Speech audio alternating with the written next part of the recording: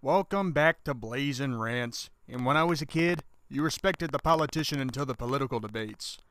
I realize that I'm stepping into the proverbial minefield talking about this subject, but with the 2016 presidential election coming up, politics will be the focus of the rant. Back when I was knee-high to a grasshopper, I would play outside and then I heard a voice over the megaphones. I guess it was a gentleman that was running for United States Senator. My question was that why did he speak on the microphone in the middle of nowhere? If I lived in a city back then, I would have heard this stuff all the time. Later that year, the same guy I saw on the road ended up becoming a two-term senator. I didn't care back then. As I got older, I was learning about the United States government and United States history. The thing that was pretty odd about the greatest politicians in American history were that the people that wrote the history books had a tremendous bias. And I'm sitting there wondering why people like Abraham Lincoln, Woodrow Wilson, Franklin Delano Roosevelt, and Ronald Reagan were considered greats.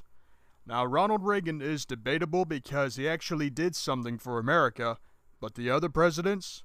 First off, Abraham Lincoln was not a saint of a president. He argued and blatantly attacked his opponents without any proof just to get votes. And here's something shocking. When he, quote, freed the slaves, unquote, his intention was to send the black people into the jungles of Central America. In other words, he so-called freed the slaves just to get leverage over the Confederacy so the United States could win the Civil War. Can anybody say exploitation?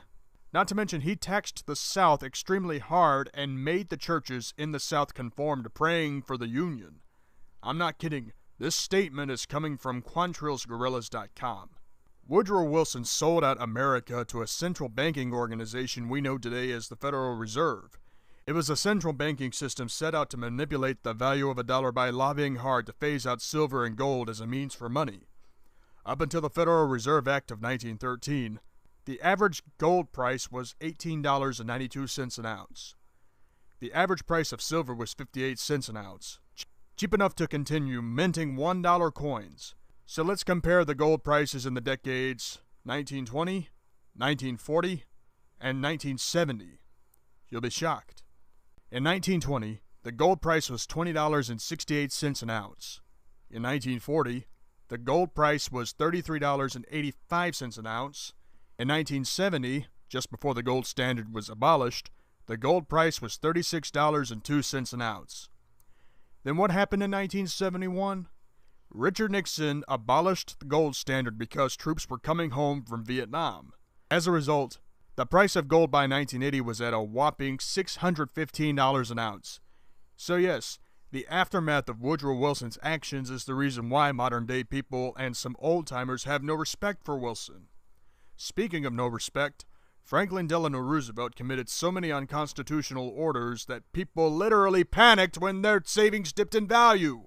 Why do I say that? On April 5th, 1933, FDR issued the controversial Executive Order 6102. It was an order saying that you had to give up your gold coins in exchange for fiat currency or you faced a $10,000 fine and no more than 10 years in prison. Wow. Talk about unconstitutional and immoral of FDR! I won't speak much about Ronald Reagan. His love for jelly beans was the cause of his Alzheimer's disease. Pretty sad if you think about it. Why mention all of the past politicians rather than the politicians of the now? Simple. To bring up the fact that history was censored so much by bias that people of this day are still in the dark over the facts. If you want more examples, do your research and you'll be amazed how much bias there is in the government. So the United States government went from being an institution that was supposed to serve the public, but now they scam the public in taxes as much as the pharmaceutical industry scams the public when it comes to cancer. Let's hope Donald Trump gets elected and does what he said he will do.